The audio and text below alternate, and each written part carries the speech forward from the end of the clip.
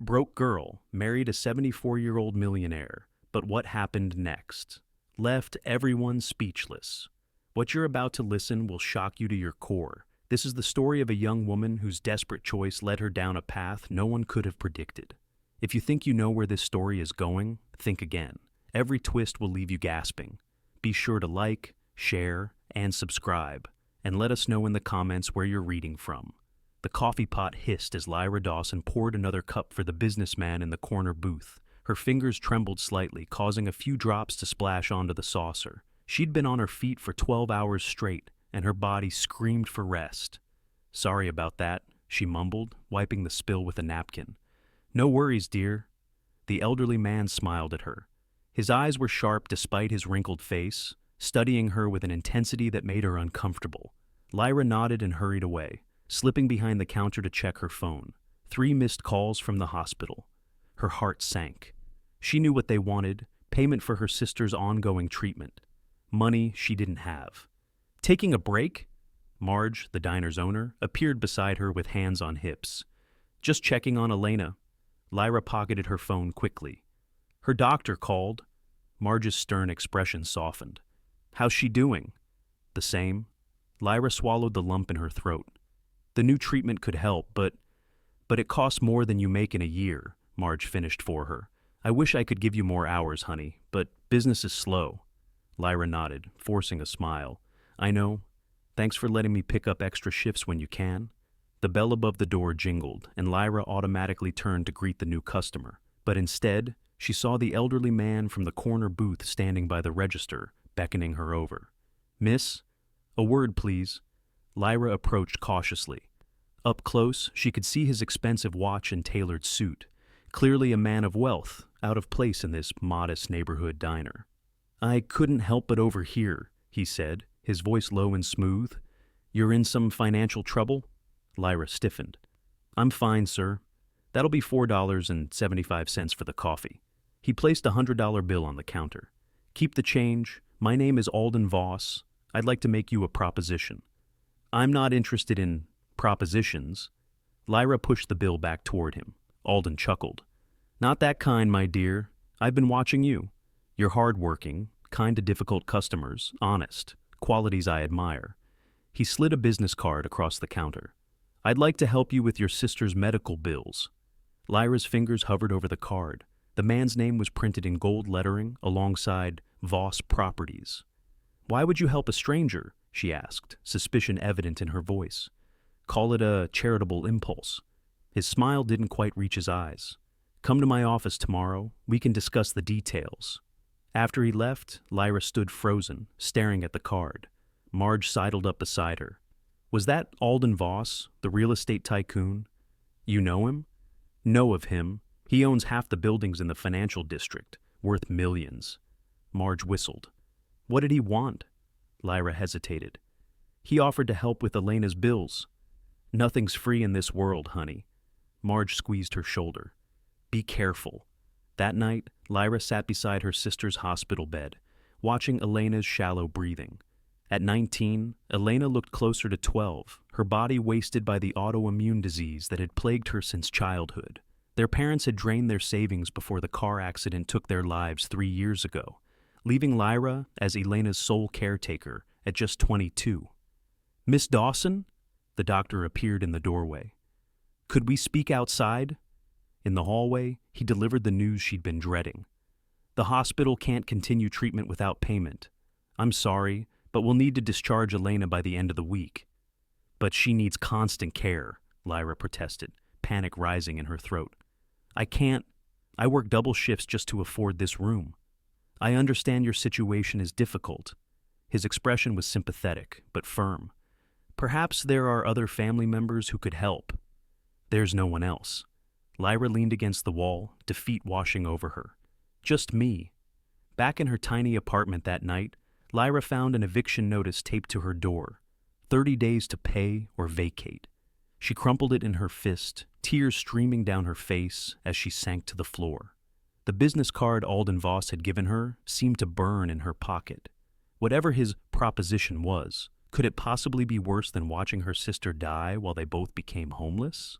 The next morning, Lyra stood before a gleaming skyscraper in the financial district. The security guard eyed her worn jeans and faded jacket suspiciously as she approached. "I have an appointment with Mr. Voss," she said, showing the business card. Minutes later, she was escorted to the top floor and into a vast office with floor-to-ceiling windows overlooking the city. Alden Voss sat behind an imposing desk, looking even more distinguished than he had at the diner. "Lyra, welcome." He gestured to a leather chair. "Please, sit." Lyra perched on the edge of the seat, clutching her handbag. "You said you wanted to discuss helping my sister." "Direct. I like that." Alden leaned forward, steepling his fingers. "Yes, I'd like to cover all of Elena's medical expenses. The best doctors, private nursing, experimental treatments if necessary." Lyra's breath caught. "Why? I'm 74 years old, Lyra. I have more money than I could spend in 3 lifetimes, but no one to share it with. No children, no family." His expression darkened momentarily. "I've been lonely." A chill ran down Lyra's spine, despite the warm office. "What exactly are you proposing, Mr. Voss?" "Marriage." The word hung in the air between them. "A mutually beneficial arrangement. You and your sister would want for nothing. In return, you would be my companion, manage my household, attend social functions with me." Lyra stared at him, waiting for the punchline. When none came, she stood up abruptly. "You can't be serious." "Entirely serious." Alden remained calm. "Before you refuse, consider this." He slid a folder across the desk. "These are Elena's medical records. I've had specialists review her case. There's a treatment available in Switzerland that could put her condition into remission."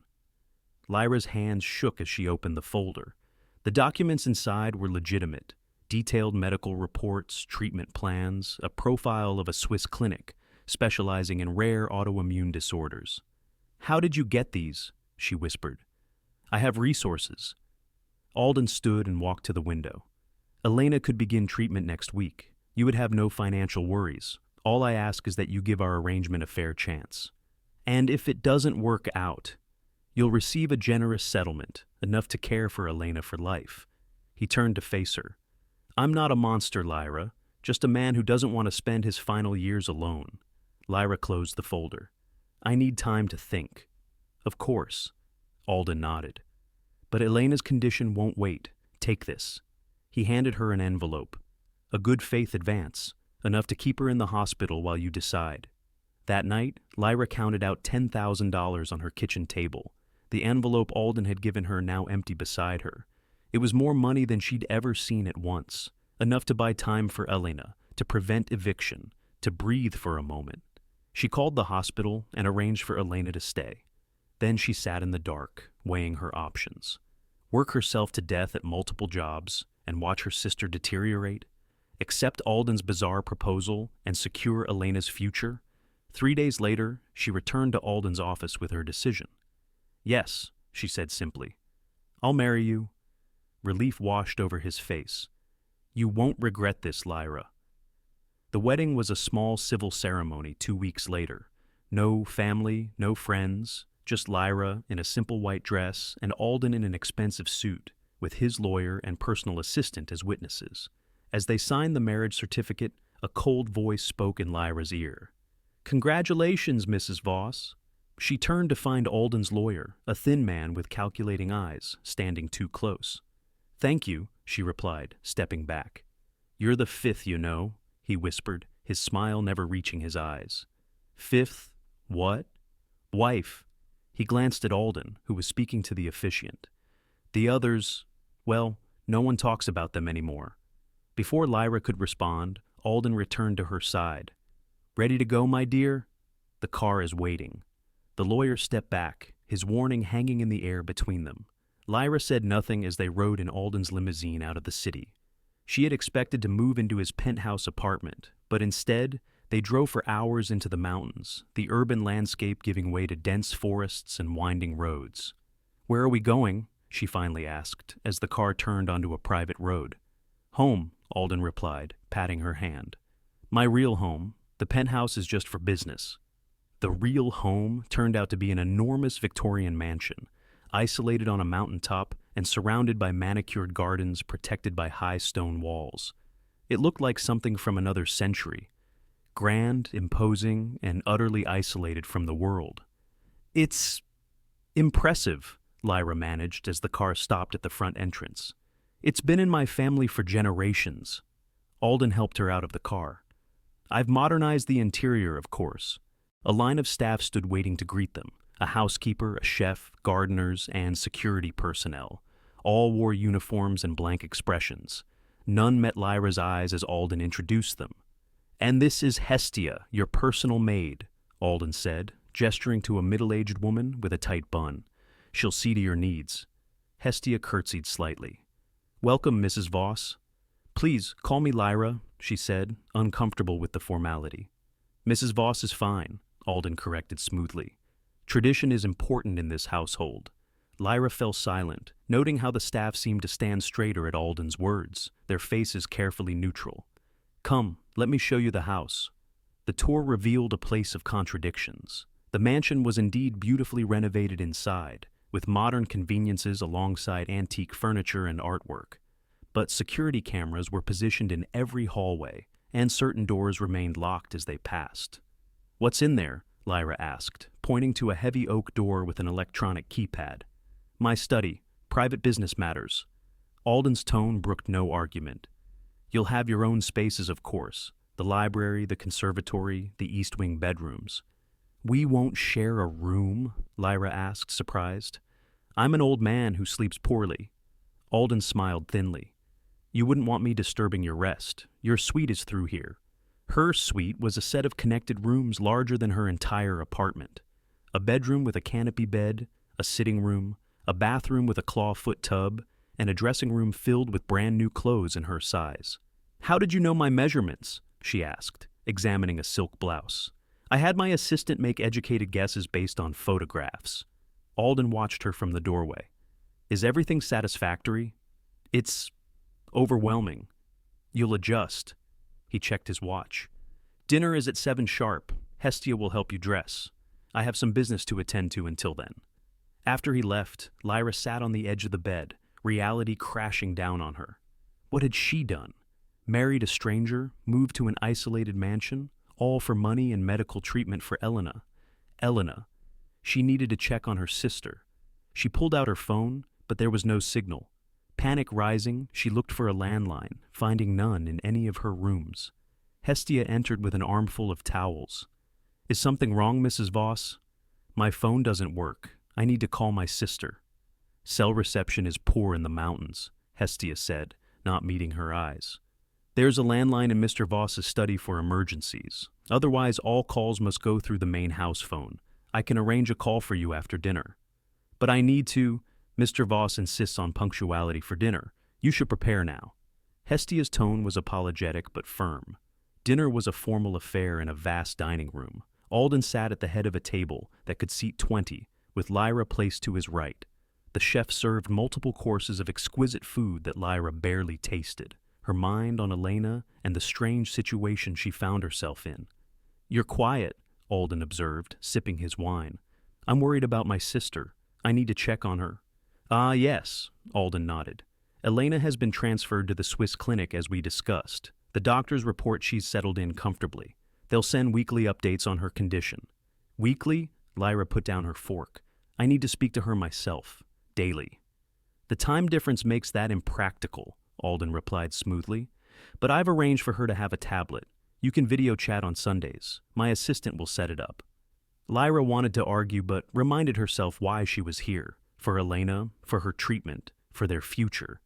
"Thank you," she said instead. "That's thoughtful." "I want you to be happy here, Lyra." Alden's smile didn't reach his eyes. "Within reason, of course." After dinner, Alden outlined the house rules. Lyra would have free run of most of the mansion and grounds, but certain areas were off limits. His study, the west wing, the basement. She was not to leave the estate without his knowledge and permission. She would be expected to dress appropriately at all times, attend meals punctually, and adapt to his schedule. "Your primary duty will be to manage the household staff and accompany me to social functions," he explained as they walked the halls. "I entertain business associates occasionally. You'll be expected to play the role of devoted wife. And Elena's treatment? Lyra asked. Will continue as long as our arrangement does. Alden stopped before a portrait of a severe-looking older couple. My parents built this family's fortune through discipline and clear expectations. I operate the same way. Back in her suite, Lyra found Hestia turning down the bed. Did you arrange for my call? Mr. Voss said it's too late tonight. Tomorrow morning, perhaps? Hestia wouldn't look at her directly. Why won't you look at me? Lyra asked bluntly. Hestia's hands stilled. It's not my place to look directly at the mistress of the house. That's ridiculous. Please, look at me. Reluctantly, Hestia raised her eyes. They were filled with something Lyra couldn't quite identify. Pity? Fear? How long have you worked for Alden? Lyra asked. 20 years, Mrs. Voss. And his previous wives? The lawyer mentioned I'm the 5th. Hestia's face went blank. I'm not permitted to discuss Mr. Voss's personal history. But they existed. There were other wives before me. I should finish preparing your room. Hestia moved toward the bathroom. Please. Lyra caught her arm. I just need to know what I've gotten myself into. Hestia hesitated, then whispered, Be careful, Mrs. Voss. Follow the rules. Don't ask questions.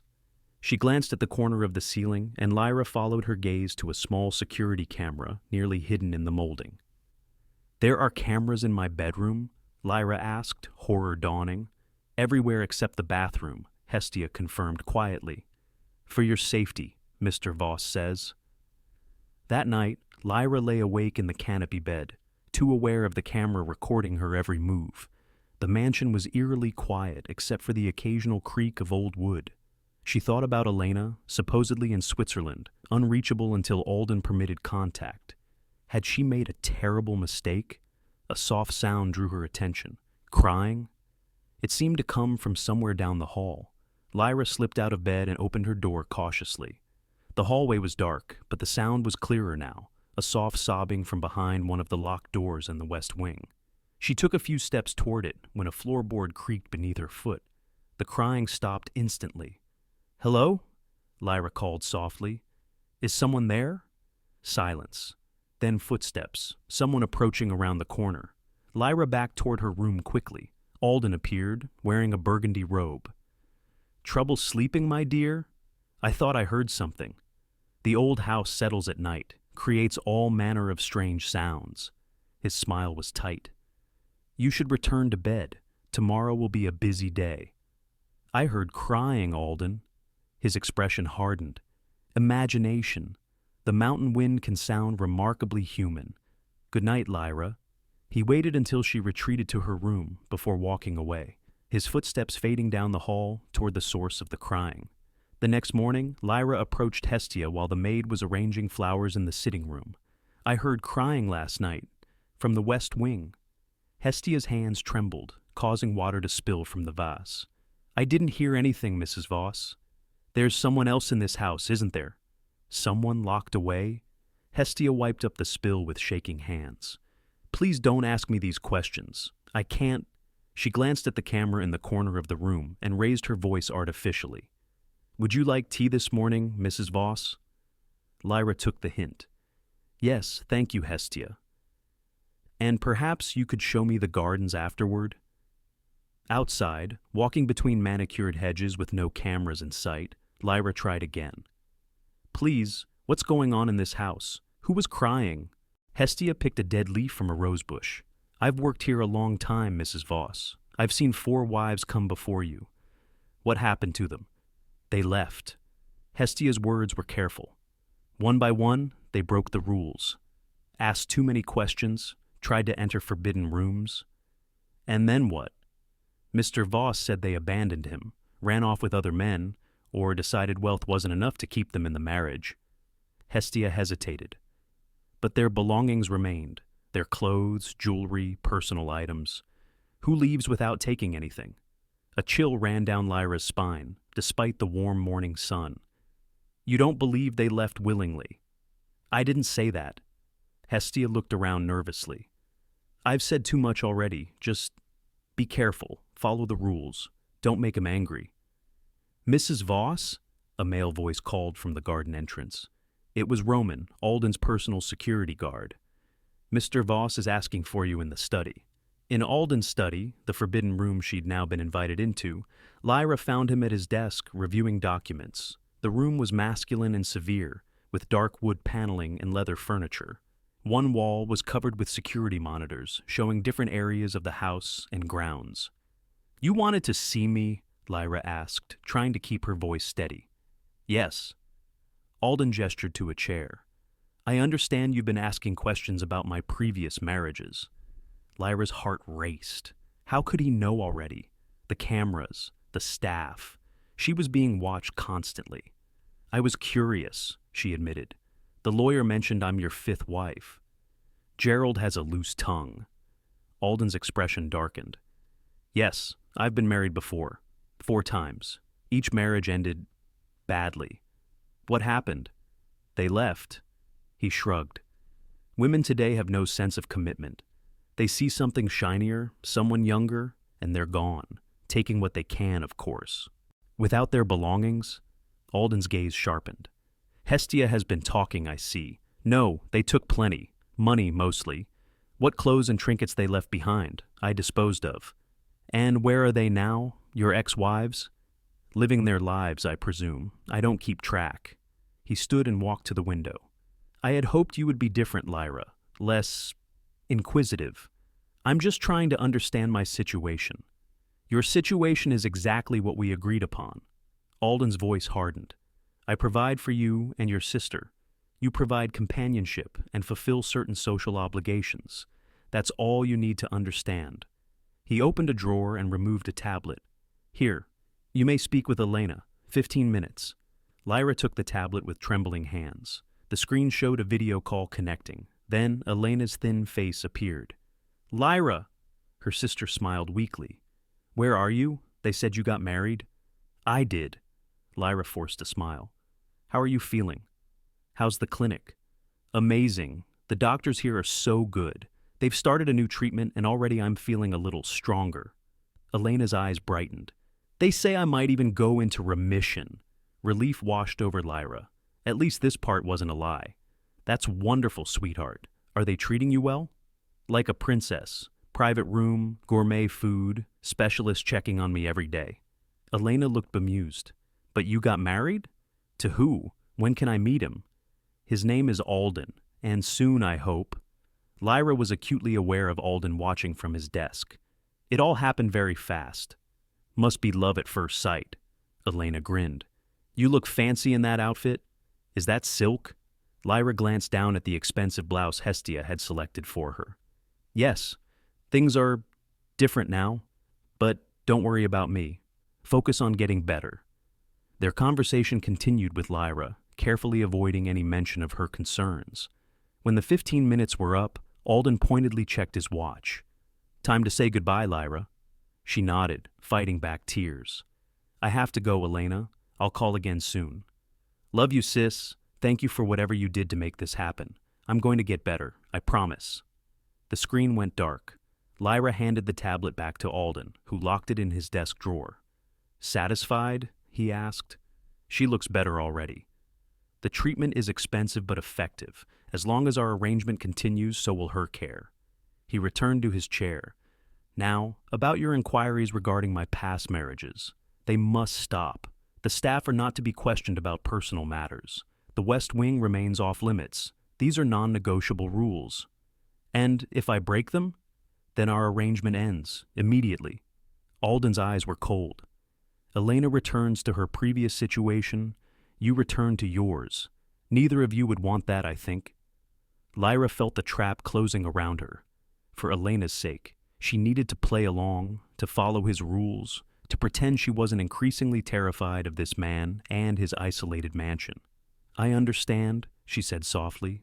"Good." His expression softened slightly. "It doesn't have to be unpleasant, Lyra. I can be generous, kind even. You'll have everything you could want: clothes, jewelry, books, entertainment. Within these walls, you can live like a queen. Within these walls. A beautiful prison with a jailer who watched her every move. That night at dinner, Alden presented her with a diamond necklace. 'A wedding gift,' he said, fastening it around her neck. "It suits you." The diamonds felt heavy, like a collar. "Thank you. It's beautiful. I'll have more gifts for you tomorrow." He smiled. "I'm leaving for a business trip. 3 days in Boston. The staff will look after you while I'm gone." Hope surged in Lyra's chest. 3 days without Alden. 3 days to explore, to find answers, to plan. "Don't look so happy, my dear," Alden chuckled. "Roman will remain to ensure your safety, and the security system, of course. I'll be watching, even from Boston." He gestured to his phone, which showed the security feed from various rooms. "Technology is remarkable, isn't it?" Later, back in her room, Lyra examined the diamond necklace more closely. Turning it over, she noticed tiny letters engraved on the clasp. 2S forever. S, not L for Lyra. This necklace wasn't new. It had belonged to someone else, someone whose name started with S, one of the previous wives.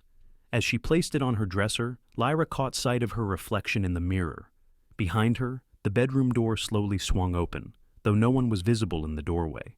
Just darkness and the faint sound of breathing. Lyra spun around, heart pounding. "Hello?" The door remained ajar, the hallway beyond it dark. Gathering her courage, she approached slowly. "Is someone there?" She reached the doorway and peered into the hall. Empty. But as she moved to close the door, a cold draft brushed past her, carrying a whispered word that raised goosebumps on her skin.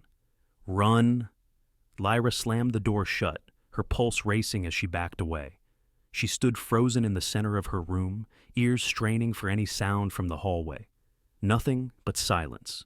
Had she imagined it? The stress of her situation, the isolation, the strange house. Perhaps her mind was playing tricks on her. She didn't sleep that night. Every creak of the old mansion, every whisper of wind seemed to carry that same warning. Run. The next morning, with Alden gone on his business trip, Lyra decided to explore. Despite his warnings about the security system, she needed answers. Why was she forbidden from certain areas? What happened to the previous wives? Whose voice had whispered that warning? Roman, Alden's security guard, watched her with suspicious eyes as she moved through the house. He maintained a respectful distance, but was always there, appearing in doorways or at the end of hallways, his presence a constant reminder that she wasn't truly free. "Just getting to know my new home," Lyra explained when he questioned her wandering. "Mr. Voss prefers you stay in the approved areas," Roman replied, his face expressionless. "And what areas are those exactly?" Lyra asked innocently. "The east wing, the main floor, and the gardens. The rest is private." Private, like Alden's study. Like the west wing where she'd heard crying. Like the basement she hadn't even seen yet. In the portrait gallery, Lyra found the first real clue about Alden's past. A series of paintings lined the walls, landscapes, historical scenes, and family portraits tracing the Voss lineage back generations. But at the far end hung something different. Wedding portraits. 5 of them, including one of her and Alden from their civil ceremony 2 weeks ago. The other 4 showed Alden with different women, spanning perhaps 20 years based on how he aged in each image. Beautiful women, all of them, dressed in finery and adorned with jewels. But something was wrong with the portraits. In each one, the woman's eyes had been meticulously scratched out of the canvas, leaving disturbing blank spaces in otherwise perfect faces. Lyra felt sick as she stared at the mutilated images. Who would do such a thing? And why? She stepped closer to examine the nameplate under the first portrait. Alden and Celine Voss, 1997. Celine. S. The initial on the diamond necklace Alden had given her. The next portrait read, Alden and Marissa Voss, 2003. Then, Alden and Diana Voss, 2009. And finally, Alden and Catherine Voss, 2015. Admiring the family history, Roman's voice behind her made Lyra jump. "Why are their eyes scratched out?" she asked directly. Roman's face remained impassive. "Mr. Voss has his reasons." "What happened to them, his other wives?" "They left," Roman said, echoing Alden's explanation. "They always leave." "Do they?" Lyra challenged. "Or do they disappear?" Something flickered in Roman's eyes, warning or fear, she couldn't tell. "You should return to your rooms, Mrs. Voss, or perhaps the garden. It's a lovely day." That afternoon, while wandering the gardens supposedly to enjoy the sunshine, Lyra made a disturbing discovery. Behind a tall hedge of boxwoods, partially hidden by overgrown roses, stood a small statue, a weeping angel marking a grave. The headstone was weathered, the inscription faded but still legible. Celine Voss, beloved wife, 1972 to 1998. Lyra's blood ran cold. Celine hadn't left Alden. She had died or been killed and was buried here on the grounds. Kneeling beside the grave, Lyra noticed the earth seemed disturbed, as if someone had recently dug there. Beside the headstone lay a small, tarnished object, half buried in the soil. She brushed away the dirt to reveal a wedding ring. Inside the band was an inscription. To Celine, forever mine. The same words that were engraved on the necklace Alden had given her. Mrs. Voss! Hestia's alarmed voice came from behind her. You shouldn't be in this part of the garden. Lyra quickly pocketed the ring. Why not? What is this place? It's private, Hestia insisted, her eyes darting nervously toward the house.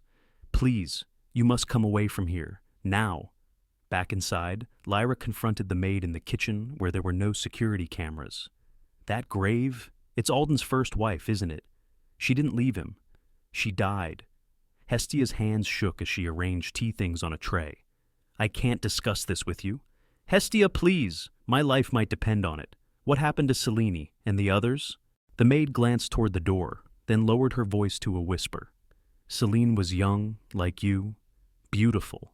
Mr. Voss adored her at first, showered her with gifts, kept her close. But she grew restless, started asking questions, looking into locked rooms. And then there was an accident. She fell down the stairs to the basement, broke her neck. Hestia's eyes filled with tears. At least, that's what Mr. Voss told us. The police ruled it accidental. And the others? Marissa, Diana, Catherine. Also accidents, or they ran away. The stories change. Hestia wiped her eyes with her apron. Please, Mrs. Voss, I've said too much. He'll know somehow. He always knows. Did you hear crying last night? From the West Wing? Hestia froze. No one is in the West Wing. It's been closed for renovation since before Christmas. Someone was there. I heard them. It was the wind, Hestia insisted, the same explanation Alden had given. Nothing more. That night, determined to find answers, Lyra waited until the house was quiet before slipping out of her room. The hallways were dark, illuminated only by slivers of moonlight through tall windows. She moved silently toward the West Wing, avoiding the security cameras she'd managed to map during the day. The locked door where she'd heard crying stood at the end of a long corridor. Unlike the electronic keypad on Alden's study, this one had an old-fashioned keyhole. Lyra had come prepared with a hairpin, having taught herself basic lockpicking from online videos during a particularly boring summer in college. It took several minutes of careful manipulation before the lock clicked open. Lyra held her breath as she eased the door open, wincing at the slight creak of hinges. The room beyond was pitch dark. She used her phone's flashlight to scan the space. A bedroom, lavishly furnished but covered in a layer of dust. The bed was made with silk sheets. The vanity still held perfume bottles and makeup. Clothes hung in the open closet. It looked as if someone had just stepped out and would return any moment. On the nightstand lay a leather-bound book, a diary. Lyra picked it up, her heart racing as she opened to the first page. Property of Selene Voss, it read in elegant handwriting. Thumbing through the pages, Lyra found daily entries chronicling Selene's life with Alden, at first excited and hopeful, then increasingly concerned and frightened. He watches me constantly, one entry read. Security cameras in every room. Even when he's away on business, I feel his eyes on me. Roman follows me everywhere. I'm beginning to understand this isn't a marriage. It's a prison. Another entry, dated 6 months into their marriage. Found a locked room in the basement today. Alden caught me trying to open it. He was so angry. Threw a vase against the wall. Said if I ever went near the basement again, he would send me down there permanently. What does he keep down there? Why am I not allowed to know? The final entry dated the day before Selene supposedly died.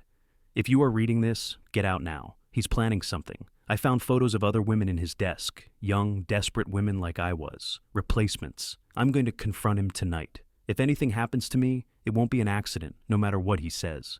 A cold draft suddenly blew through the room, ruffling the diary's pages. Lyra spun around, her flashlight beam cutting through the darkness to reveal nothing. But the temperature had dropped dramatically, and she could see her breath misting in the air. "Celine," she whispered, "are you here?" The light flickered, then went out completely. In the pitch darkness, Lyra felt something brush past her. Not solid enough to be a person, but more substantial than air. A faint scent of flowers filled the room, then faded. The flashlight came back on by itself, illuminating the diary in her hands. It had turned to a blank page near the back, and as Lyra watched in horror, words began to appear as if an invisible hand were writing them. "Basement. Find us." A sound in the hallway made Lyra snap the diary shut. Footsteps approaching. She tucked the book under her arm, switched off the flashlight, and slipped behind the door just as it swung wider. Roman entered, his broad silhouette outlined against the dim hallway light. He swept a flashlight around the room slowly, meticulously, coming within inches of where Lyra stood, pressed against the wall, hardly daring to breathe. "Mrs. Voss?" he called softly. "I know you're in here. Come out now, and Mr. Voss doesn't need to know about this. Indiscretion." Lyra remained frozen, clutching the diary to her chest. Roman sighed. "Have it your way." He pulled out his phone. "Sir, we have a situation. Mrs. Voss has found her way into the West Wing." "Yes, sir. Understood." He pocketed the phone and spoke to the seemingly empty room. "Mr. Voss is cutting his trip short. He'll be home by morning." Roman's voice hardened. "Whatever you think you're doing, you've just made a serious mistake." He left, closing the door behind him, but not locking it, a clear indication he believed the room was empty and Lyra had already fled. She waited several minutes before daring to move, her mind racing. Alden was coming back early. She had hours, not days, to uncover the truth and figure out what to do. The diary mentioned the basement. That had to be her next destination. Slipping the diary into the waistband of her pajama pants and covering it with her robe, Lyra carefully made her way back to her room. She would need to wait until Roman was distracted before attempting to find the basement entrance. Her opportunity came at breakfast. The chef had prepared an elaborate meal as usual, despite only Lyra being present to eat it. As she picked at her food, a commotion erupted in the kitchen, the sound of shattering glass and raised voices. Hestia appeared, flustered. "Apologies for the disturbance, Mrs. Voss." A delivery man backed into the kitchen window. "Roman is dealing with him now." Lyra seized her chance. "No problem. I'll be in the library if anyone needs me." Instead, she hurried in the opposite direction, toward the one part of the house she'd never been shown, the basement stairs. She found them behind a door off the main hallway, steep stone steps descending into darkness. No security cameras here. Perhaps Alden was so confident no one would disobey his prohibition that he hadn't bothered. The basement was cold and smelled of damp earth and something else, something chemical and unpleasant. Lyra used her phone's flashlight again, revealing a large open space divided by stone archways into smaller rooms. Most contained ordinary things, holiday decorations, old furniture, wine racks. But at the far end stood another locked door, this one metal with a serious deadbolt. No way she could pick that lock with a hairpin, but beside it hung a key cabinet, its glass front locked with a simple latch. Lyra broke the glass with her elbow, wincing at the noise, and grabbed the single key inside. It fit the deadbolt perfectly. Heart pounding, she pushed open the heavy door to reveal a room that made her blood freeze in her veins. It was a workshop of sorts, with metal tables, specialized tools, and glass cases along one wall. But what horrified her was what those glass cases contained: clothing, jewelry, handbags, shoes, personal items arranged in 4 distinct collections. Each case had a nameplate: Celine, Marissa, Diana, Catherine, shrines to Alden's vanished wives. But it was worse than that. On one table lay photographs, dozens of them, showing the women in various stages of their lives with Alden. Happy at first, then increasingly distressed. And the final photos of each woman showed them different, unnaturally still. Eyes vacant, positioned like dolls. With dawning horror, Lyra realized she was looking at photos of dead women, carefully arranged to look alive. A leather-bound book similar to Selena's diary lay open on another table. But this wasn't a diary. It was a ledger, a record of Alden's marriages in clinical detail. Subject S. Terminated after 7 months. Preservation partially successful. Facial deterioration required replacement of epidermis. Lesson learned. Refrigeration essential in early stages. Subject M. Terminated after 7 months. Preservation improved with new technique. Minimal deterioration. Stored in private collection. Subject D.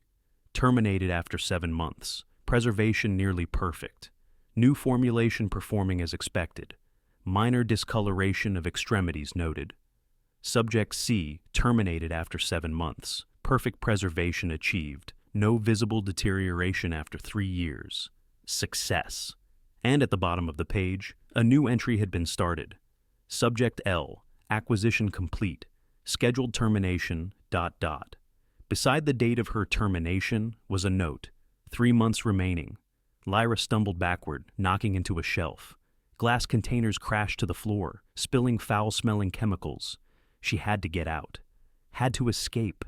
Had to... Finding everything to your satisfaction, Mrs. Voss? Alden stood in the doorway, Roman behind him. His expression was calm, almost bemused, as if he'd caught her sneaking an extra dessert rather than discovering his monstrous secret. You killed them, Lyra whispered, backing away. All of them. Killed is such an ugly word. Alden stepped into the room, carefully avoiding the spilled chemicals. I preserved them, made them eternal. Perfect. Where are they? Lyra demanded, still backing away, looking for another exit. There was none. My private collection, the true West Wing, not the decoy you found. Alden smiled.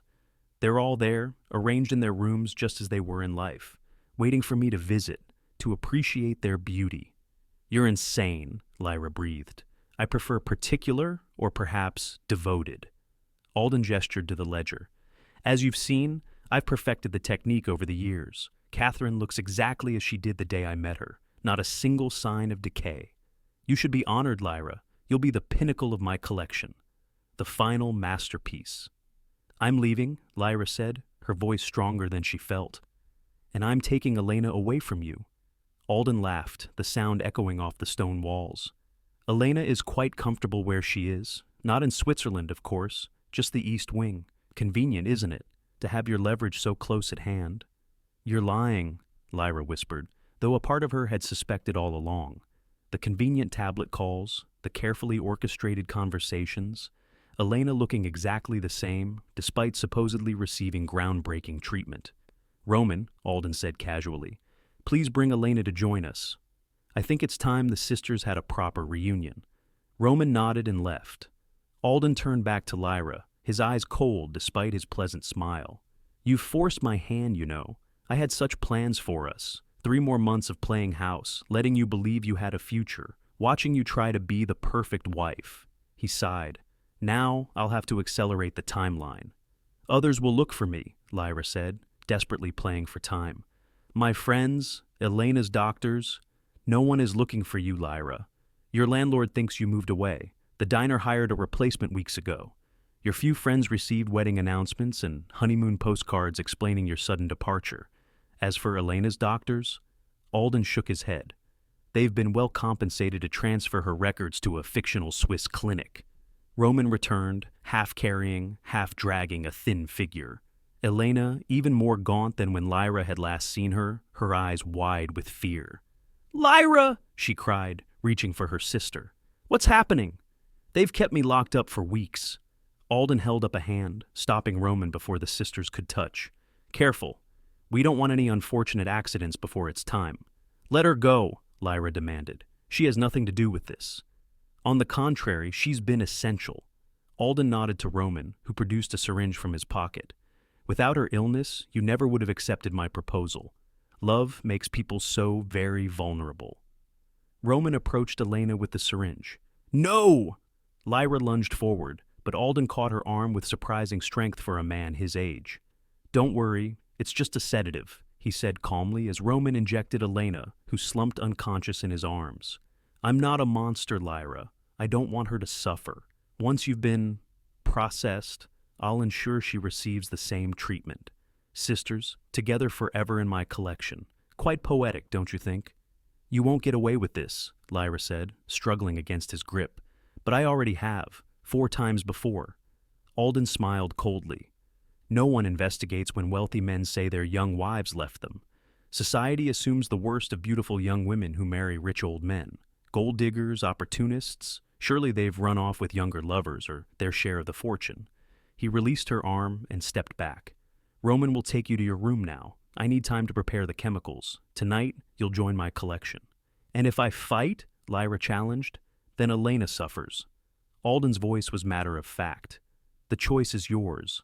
Roman handed the unconscious Elena to another security guard who had appeared in the doorway, then took Lyra's arm in a grip like iron. This way, Mrs. Voss.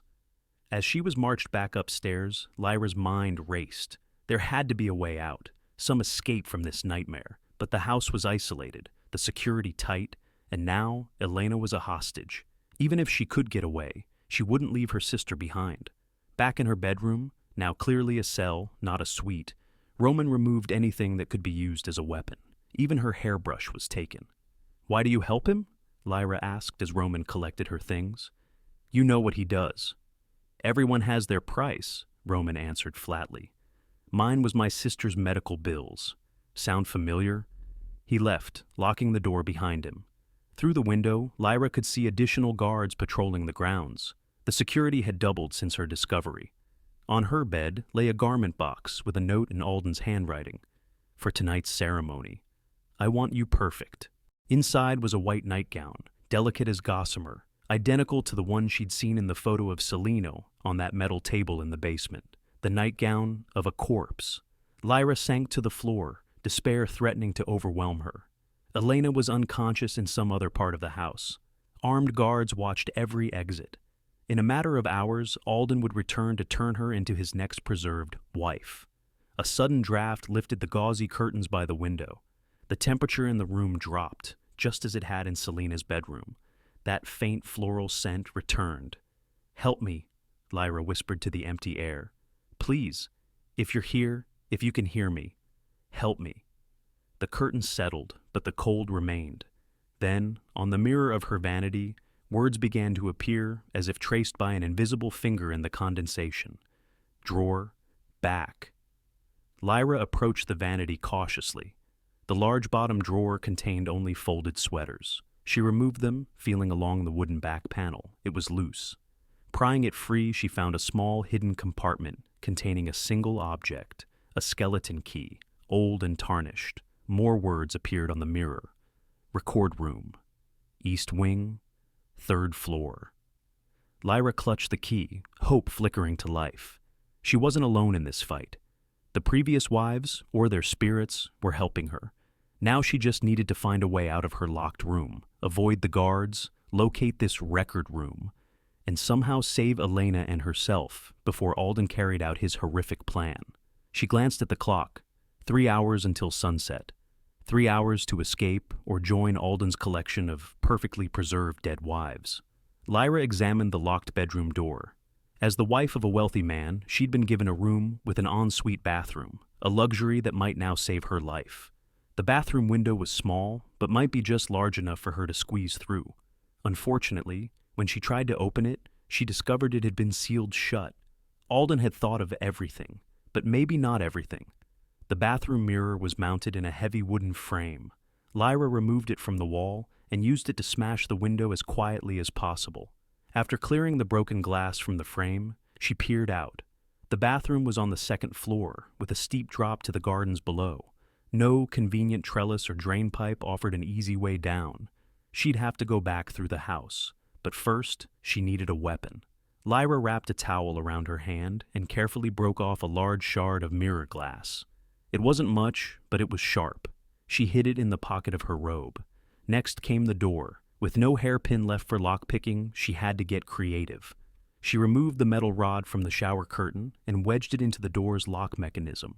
After several minutes of careful manipulation and one broken fingernail, she heard the satisfying click of the lock giving way. Lyra pressed her ear to the door, listening for guards. Hearing nothing, she eased it open a crack.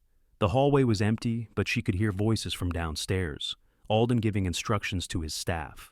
Keeping close to the wall to avoid the security cameras she'd mapped earlier, Lyra made her way toward the east wing. According to the ghostly message, the record room was on the third floor. She had never been to the third floor. Alden had told her it contained only storage and old servant quarters. The servant staircase at the back of the house would be her best route, less likely to be monitored or guarded. She found it behind an unassuming door in the kitchen corridor, dusty from disuse. Modern staff used the main stairs. These narrow back steps were a relic of a bygone era. Lyra climbed silently, the worn wooden steps creaking occasionally beneath her weight. The third floor was darker than the rest of the house, the windows covered with heavy drapes that blocked the late afternoon sun. She moved cautiously down the corridor, testing doors as she went. Most were locked or opened into empty rooms filled with sheet-covered furniture. Near the end of the hall, she found a door with an old-fashioned keyhole that matched the skeleton key she'd discovered. Heart pounding, she inserted the key and turned it slowly. The lock opened with a rusty groan. The room beyond was lined with filing cabinets and shelves filled with ledgers, similar to the one she'd found in the basement. A large desk stood in the center, its surface neat and organized with pens aligned precisely and papers stacked in perfect order. On the wall hung framed newspaper clippings, yellowed with age. Lyra approached them, her blood running cold as she read the headlines. Wealthy businessman's wife dies in tragic accident. Heiress abandons fortune, disappears without trace. Socialite reportedly fled to Europe after marriage collapses. Young wife of real estate mogul missing. Foul play not suspected. Each article detailed the mysterious end of one of Alden's marriages. In each case, authorities had accepted his explanation without much investigation.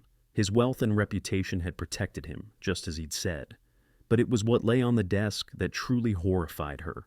A large leather-bound book lay open, its pages filled with meticulous notes in Alden's handwriting. This wasn't a ledger of preservation like the one in the basement. This was his hunting journal. Page after page detailed how he selected his victims, the qualities he looked for, the circumstances that made them vulnerable. Subject L shows promising qualities, Alden had written several months ago. Young, attractive, desperate due to sister's medical condition. No close family ties beyond said sister. Limited social connections due to excessive work schedule. Financial distress making her susceptible to offer of assistance. Initial approach planned at her workplace to assess temperament under stress. The bastard had been stalking her long before he ever sat down in that diner. He'd researched her, identified her vulnerabilities, and targeted her specifically. And she hadn't been the only potential subject L. The journal contained notes on several other young women he'd considered before settling on Lyra. She flipped back through the journal, finding similar entries for Catherine, Diana, Marissa, and Celine. All young women in desperate situations, all carefully selected for their isolation, their need, and their physical attributes, and all eliminated exactly 7 months after marriage, no more, no less. It was a ritual, a pattern Alden couldn't break. Lyra checked the date of her wedding, 4 months ago. She had 3 months left according to his schedule, except he'd decided to accelerate the timeline after her discovery in the basement. Another disturbing detail emerged as she read further. Each victim had been photographed secretly for weeks before Alden approached them, and in each case, he had arranged for their financial difficulties, either buying their debts or, in some cases, creating the problems that made them desperate enough to accept his offer. Had he done the same to her? Had Elena's medical insurance been mysteriously canceled because of Alden's interference? Had her landlord raised the rent at Alden's suggestion? A sound from the hallway made her freeze. Footsteps approaching. Lyra quickly closed the journal and looked for a place to hide. A large armoire stood against one wall. She slipped inside just as the door opened. Through a crack between the doors, she saw Roman enter. He went straight to the desk and picked up the journal, then spoke into his radio. "Sir, the journal is still here, but someone's been looking at it. The pages are open to Subject L's section." Alden's voice crackled through the radio. "She's out. Find her. Now, check the third floor first." "Yes, sir. What about the sister?" "Leave her. She's secure. Priority is finding Lyra before she can leave the property." Roman left, moving quickly. Lyra waited several minutes before emerging from the armoire. She needed to find Elena and get them both out. But how? And where was Elena being kept? The ghostly presence had led her to this room for a reason. There must be something else here, some information that could help. She searched the desk drawers and found building plans for the mansion, showing secret passages and hidden rooms not visible in the normal layout. One such room was marked in the east wing, labeled simply medical. That had to be where they were keeping Elena. Another drawing showed a tunnel leading from the wine cellar to a boathouse on the lake half a mile away, a potential escape route. Armed with this knowledge and the skeleton key that seemed to open the older locks in the house, Lyra made her way back to the servants' stairs. She needed to reach the East Wing's hidden medical room, free Elena, then somehow get them both to the wine cellar and through the tunnel before Alden realized where they had gone. Moving through the house was even more dangerous now. She could hear guards searching rooms, calling to each other as they coordinated their efforts. Twice she had to duck into closets or behind furniture to avoid being seen. When she finally reached the East Wing, she consulted the memorized floor plan. The hidden medical room should be behind what appeared to be a linen closet. According to the plans, the back panel of the closet concealed a door. The linen closet was exactly where the plans indicated. Lyra slipped inside and felt along the back wall until she found a subtle indentation. Pressing it caused a section of the wall to click and swing inward, revealing a modern medical facility beyond. Elena lay on a hospital bed, still unconscious from whatever Roman had injected her with. Monitors beeped softly, tracking her vital signs. 4 bags hung from a stand beside her. Lyra rushed to her sister's side. Elena, wake up!" Elena's eyelids fluttered but didn't open. Whatever sedative they had given her was strong. Lyra couldn't wait for it to wear off. They needed to leave now. She disconnected the IV and monitoring equipment, setting off alarms. Quickly silencing them, she looked for something to help transport her sister. A wheelchair sat in the corner. Perfect. With effort, Lyra managed to get Elena into the wheelchair. Her sister was alarmingly light, her illness having wasted her already slight frame to almost nothing. Lyra found a blanket to wrap around her, then checked the hallway before wheeling Elena out. They needed to reach the basement without being seen. The service elevator used for delivering food from the kitchen would be their best bet, less likely to be monitored than the main stairs or elevator. As they made their way through the back corridors of the mansion, Lyra felt that now familiar cold presence guiding her, opening doors that should have been locked, causing distractions that drew guards away from their path. The spirits of Alden's victims were helping them escape. They reached the kitchen without incident. The staff had been sent to join the search, leaving it temporarily deserted. The service elevator was in the pantry, a small lift originally designed to carry food and supplies. It would be a tight fit with the wheelchair, but they had no choice. Lyra maneuvered Elena into the small space and squeezed in beside her, pulling the gate closed and pressing the button for the basement level. The elevator descended slowly, the ancient machinery groaning with the effort.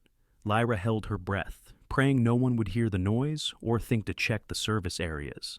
When the elevator stopped and the gate opened, they were in a different part of the basement than the room with Alden's horrors. This section contained wine racks and food storage, the original purpose of the cellar, before Alden converted part of it to his gruesome workshop.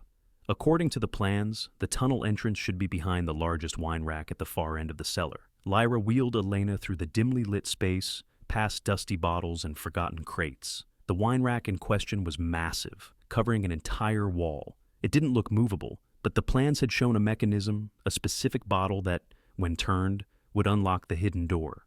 Lyra examined the bottles, looking for anything unusual. Near the center of the rack, slightly out of alignment with the others, was a bottle with a distinctive wax seal. She grasped it and turned it clockwise. With a low rumble, the entire rack swung inward, revealing a dark tunnel beyond. A panel of switches on the wall indicated an electrical system. Lyra flipped them, and lights embedded in the ceiling flickered to life, illuminating a concrete passage that stretched into darkness. "Almost there, Elena," she whispered to her still unconscious sister. "Just hang on." They had only gone a few yards into the tunnel when alarms began blaring throughout the mansion. Their absence had been discovered. "Find them!" Alden's voice echoed through the intercom system. "Check every room, every closet. They can't have left the grounds." Lyra pushed the wheelchair faster, the tunnel sloping gradually downward as it extended beneath the estate's grounds. The air grew damper, the walls slick with moisture. After what seemed like an eternity, they reached another door, this one modern steel with an electronic keypad. Lyra's heart sank. The skeleton key wouldn't work here, and she had no idea what the code might be.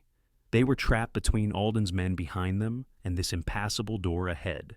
Then, as if in answer to her unspoken plea, the temperature dropped. That floral scent returned, stronger than before. The keypad's buttons began to press themselves, one after another, entering a code without human assistance. The door clicked and swung open, revealing a small boathouse on the edge of the lake. Inside was a speedboat, fueled and ready. Lyra didn't question their supernatural assistance. She wheeled Elena to the boat, struggling to lift her from the chair into the vessel. Once her sister was settled, Lyra started the engine. It roared to life, echoing in the enclosed boathouse. A mechanism opened the boathouse doors automatically, giving them access to the open water. Lyra steered the boat out onto the lake, pushing the throttle to maximum as soon as they were clear. Behind them, lights came on in the boathouse. Figures appeared at the entrance. Alden's security team, too late to stop them, but now aware of their escape route. Lyra aimed for the far shore, where trees would provide cover once they reached land. The boat cut through the water swiftly, putting distance between them and the mansion with every passing second. For the first time in months, Lyra felt a glimmer of real hope. They were going to make it. They were going to escape. Then Elena stirred, her eyes fluttering open. "Lyra? What's happening? Where are we?" "We're getting away from Alden," Lyra explained quickly, eyes still on the approaching shoreline. "He's been keeping us prisoner. Everything he told me was a lie." Elena tried to sit up, then fell back weakly. "I don't feel right. What did they give me?" "Some kind of sedative. It'll wear off soon." Lyra reached the shore and cut the engine, letting the boat drift into the shallows. "Can you stand? We need to keep moving." With Lyra's support, Elena managed to climb out of the boat. They stumbled up the wooded bank away from the lake, heading deeper into the forest that surrounded Alden's property. "We need to find a road," Lyra said, supporting her sister's weight as they walked. "Get to a town, find a phone, call the police." "The police won't believe you," a male voice said from the darkness ahead. Roman stepped out from behind a tree, a pistol in his hand. "4 wives tried before you. Each one went to the authorities. Each one was brought back to face Mr. Voss's disappointment." "How did you get ahead of us?" Lyra demanded, pulling Elena behind her protectively. "I know these woods. All his security does. We have cameras, motion sensors." Roman gestured with the gun. "And Mr. Voss anticipated you might find the tunnel. He prepared for every possibility." "Are you going to kill us?" Elena asked, her voice thin with fear. "Not kill. Return." Roman's expression remained impassive. "Mr. Voss doesn't like to damage his property."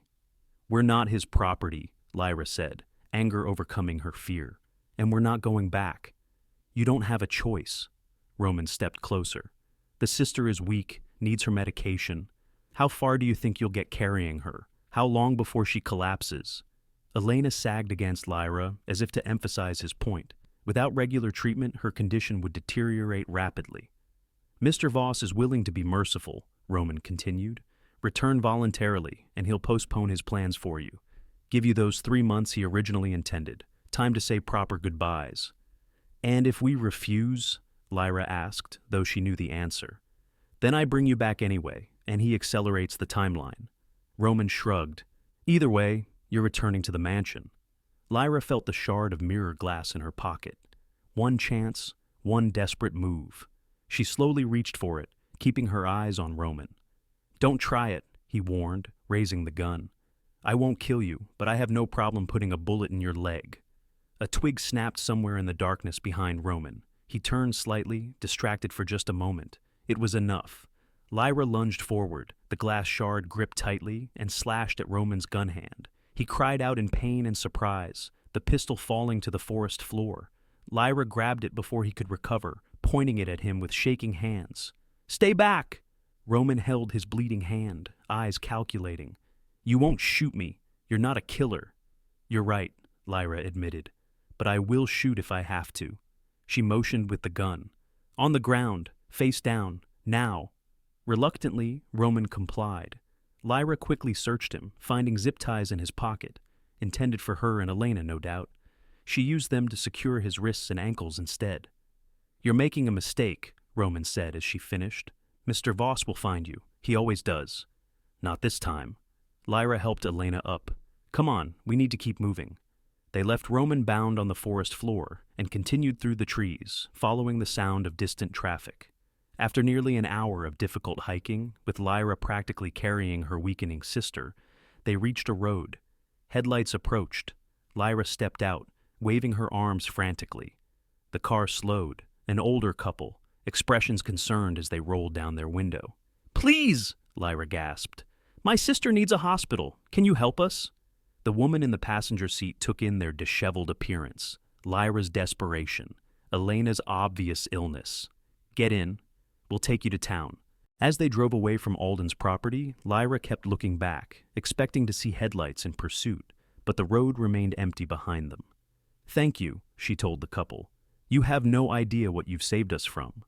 "What happened to you girls?" the man asked, glancing at them in the rearview mirror. Lyra hesitated. The full truth would sound insane. "My sister and I were being held against our will. We just escaped." "Should we call the police?" the woman asked, already reaching for her phone. "Not yet," Lyra said quickly. "The man who took us, he has connections, influence. We need to be somewhere safe first." The couple exchanged concerned glances but didn't press further. They drove in silence toward the lights of the nearest town, while Lyra held Elena's hand tightly, afraid to let go even for a moment. They had escaped the mansion, but Lyra knew this was just the beginning.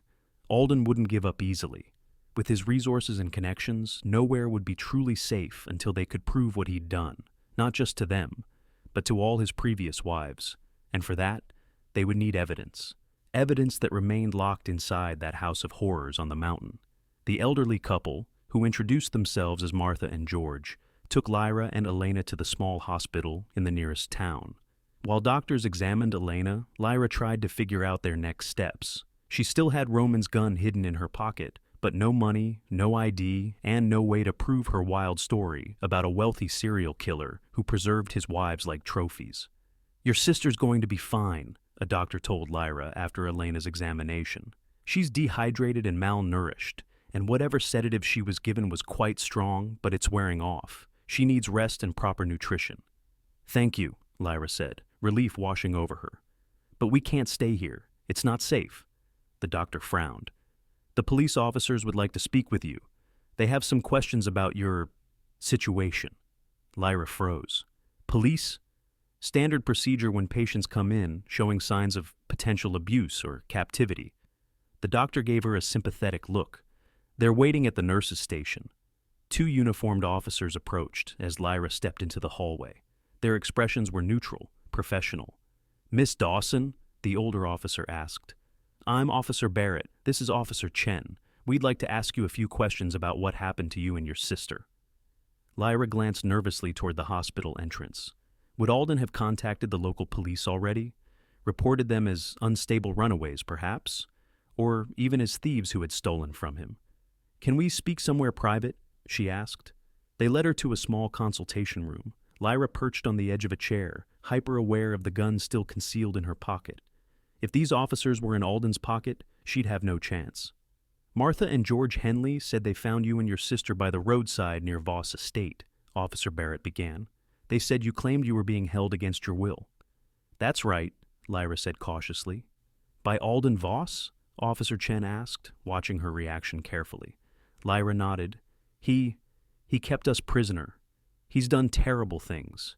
He's killed at least 4 women that I know of. His previous wives." The officers exchanged glances. "That's a serious accusation," Barrett said. "I know how it sounds," Lyra said desperately. "But it's true. He has a laboratory in his basement where he preserves their bodies. He was planning to do the same to me. I found his journals, his records. He targets vulnerable women, marries them, then kills them after exactly 7 months." "Miss Dawson," Officer Chen said gently, "Alden Voss is one of the most respected men in this county. He's a major donor to the Police Benevolent Fund and several community projects." "Of course he is," Lyra said bitterly. "That's how he's gotten away with it for so long, but I can prove it. In his house, there's a hidden room in the West Wing where he keeps them. and his journals in the record room on the third floor detail everything. How he selected us, how he planned to kill us, all of it. Barrett made notes while Chen studied her face. You understand, we'll need to follow up on these allegations. You can't just go ask him, Lyra said urgently. He'll destroy the evidence. He'll know I've told you. You need to get a warrant, search the house without warning. Based on the word of a woman who, according to Mr. Voss's report, has a history of mental health issues and delusions, Barrett asked skeptically.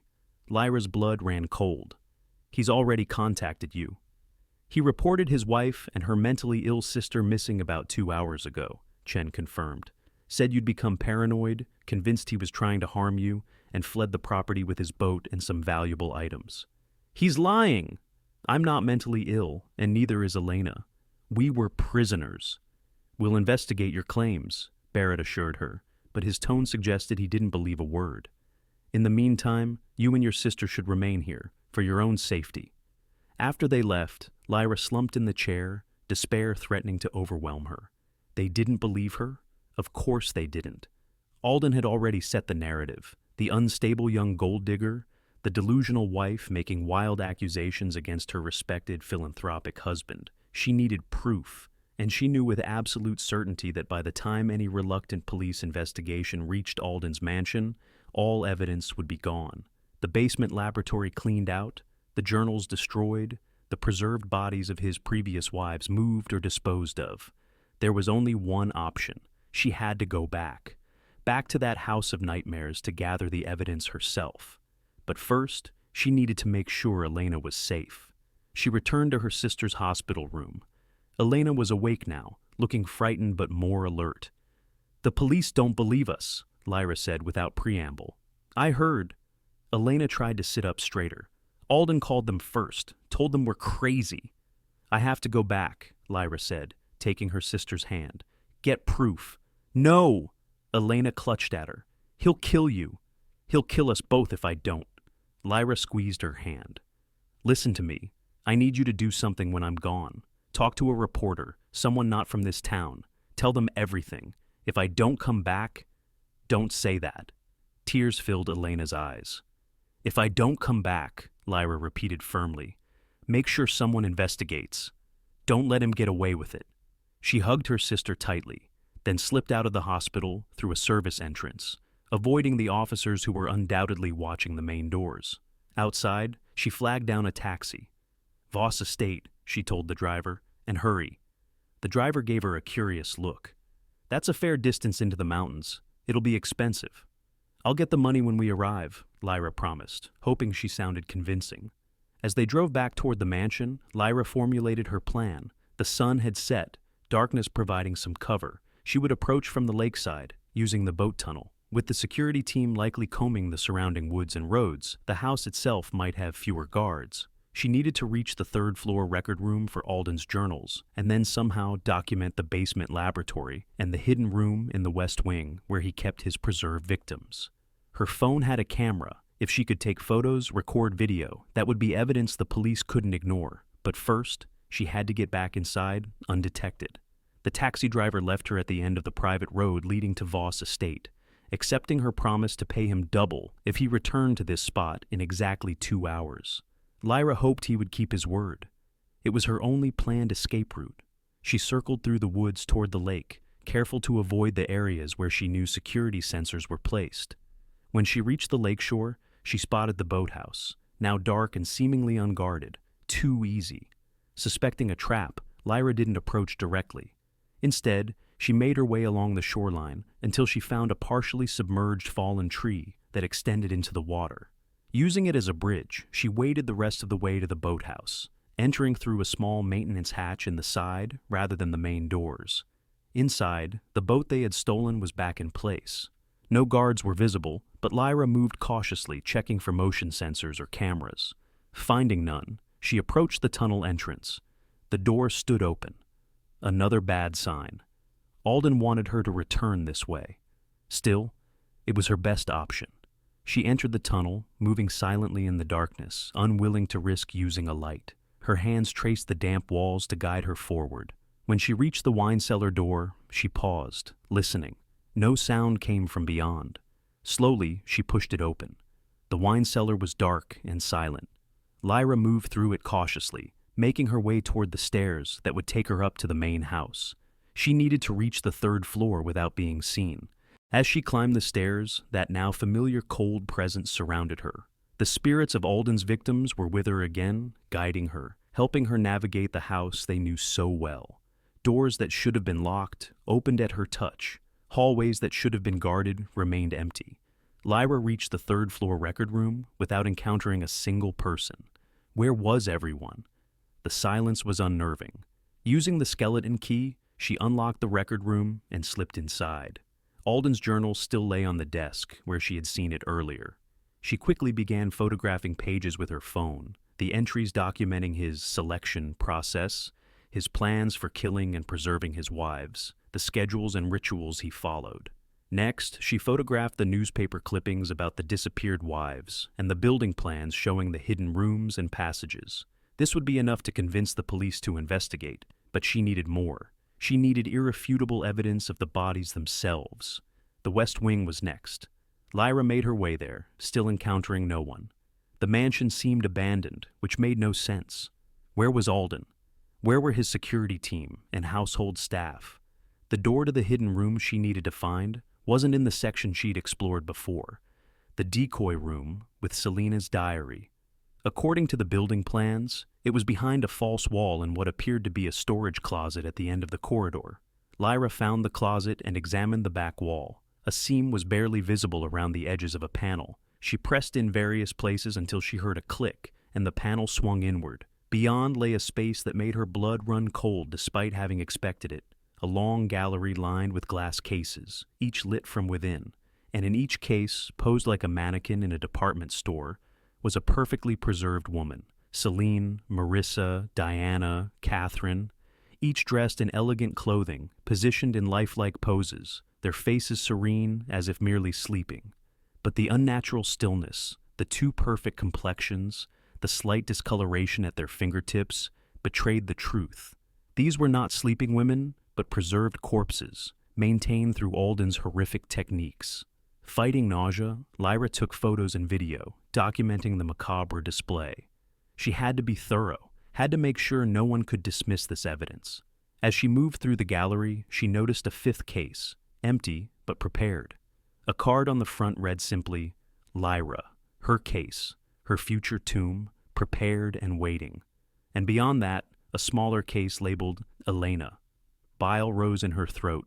He had planned to preserve them together, the sisters a match set in his twisted collection. A sudden noise from behind made her spin around. Alden stood in the doorway, watching her with a bemused expression. "I knew you'd come back," he said calmly. "They always do." Lyra backed away, bumping into Catherine's case. "Stay away from me." "You've been quite resourceful, Lyra. More so than the others."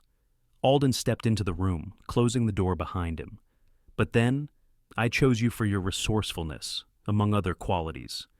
"The police know everything," Lyra bluffed. "I've already sent them the photos, the journals. They're on their way." Alden smiled. "No, you haven't. No signal reaches outside these walls unless I allow it. Check your phone if you don't believe me." Lyra glanced at her phone screen. No service. "Your sister is back in my care, by the way," Alden continued conversationally. "The hospital was most cooperative when I arrived with documentation of my legal guardianship over both of you. Mental health conservatorship is such a useful tool." "You're lying," Lyra said, though fear clawed at her chest. "Am I?" Alden held up his phone, showing security footage of Elena being escorted from the hospital by men in medical uniforms. "She's safely back in her room in the East Wing, sedated, of course. The excitement was too much for her fragile condition." Lyra felt despair threatening to overwhelm her. "Why are you doing this? Why us?" "Why not you?" Alden countered. "Young, beautiful, desperate, the perfect candidates for preservation. You won't age, won't wither, won't leave." His voice hardened on the last word. "Women always leave. My mother left my father. My first girlfriend left me for someone younger. Even Selene tried to leave." "So you kill them first? Keep them like trophies?" "I keep them perfect." Alden's eyes gleamed with a fervor that chilled Lyra to her core. Forever young, forever beautiful, forever mine. They can never leave me now. He took a step closer. And neither will you. Lyra backed away, her hand closing around the gun in her pocket. Don't come any closer? What will you do, Lyra? Shoot me? Alden laughed. Even if you could bring yourself to pull the trigger, what then? My security team is just outside. The local police believe you're mentally unstable. You'd spend the rest of your life in prison or a psychiatric facility, and Elena would remain here with me. Where is everyone? Lyra asked, still backing away. The house is empty.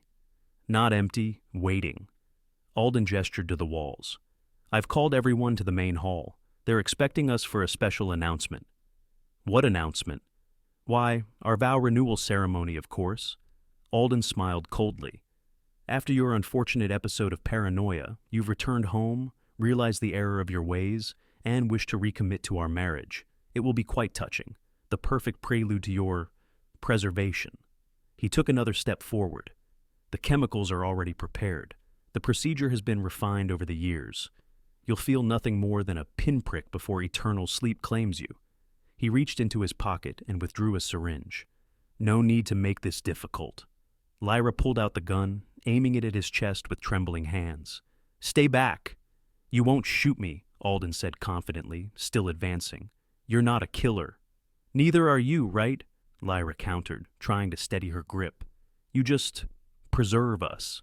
Something flashed in Alden's eyes, anger breaking through his calm facade. I honor you, immortalize you.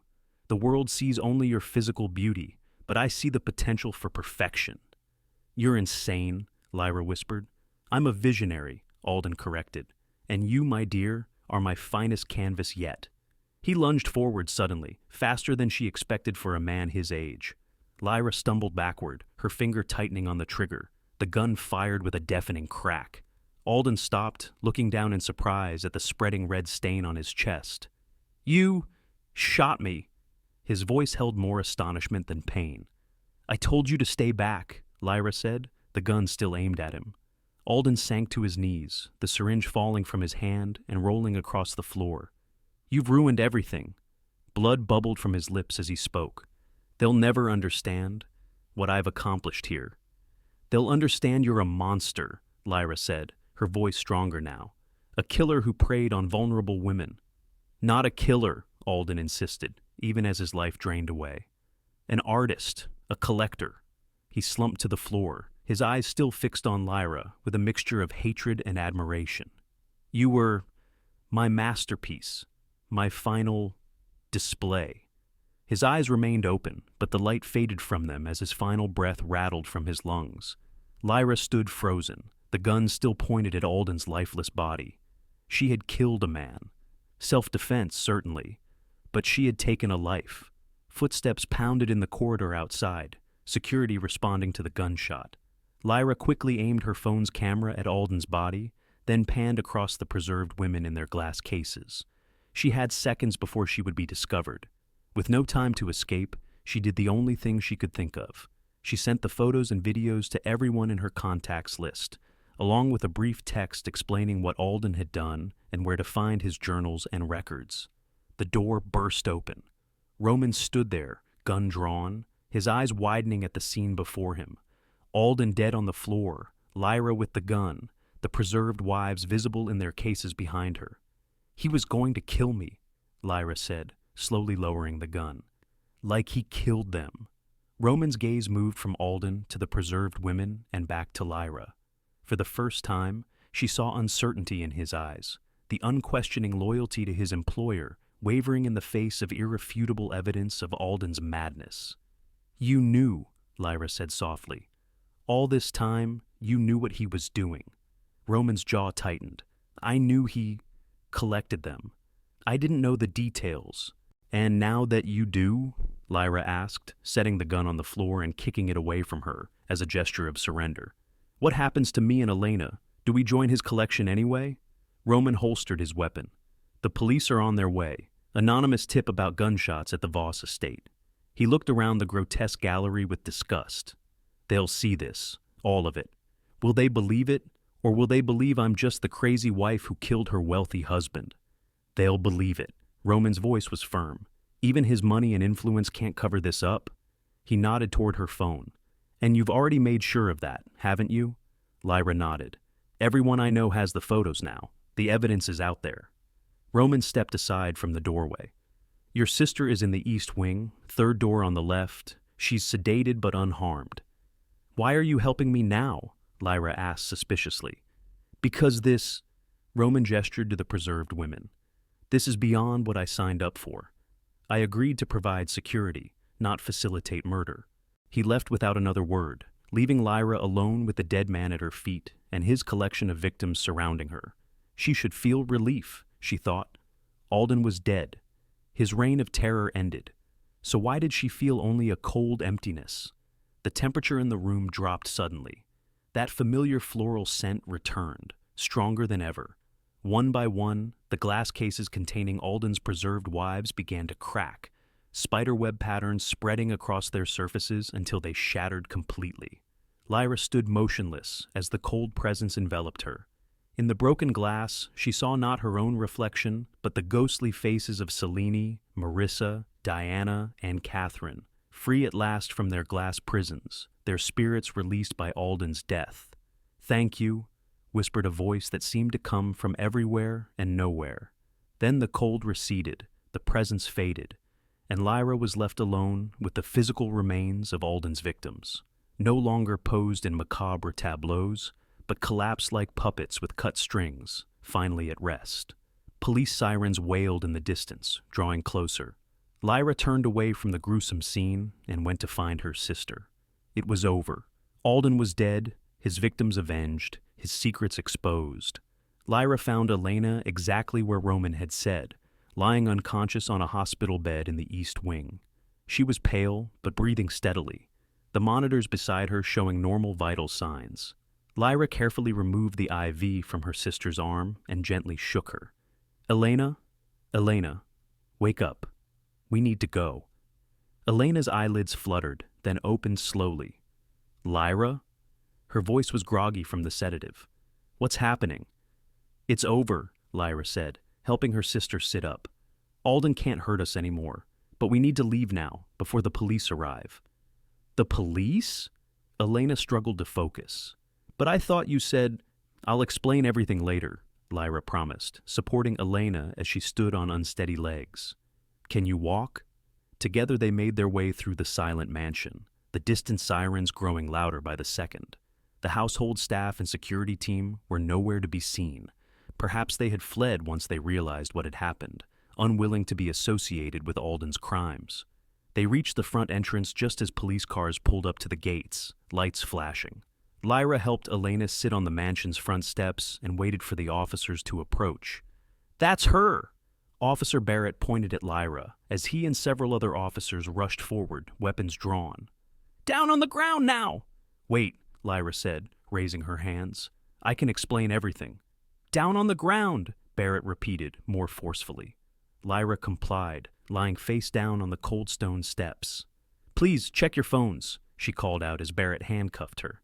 "I sent evidence, photos, videos. Alden Voss was a serial killer. He murdered at least 4 women and preserved their bodies. They're in a hidden room in the West Wing." "She's delusional," another officer said. Mr. Voss reported.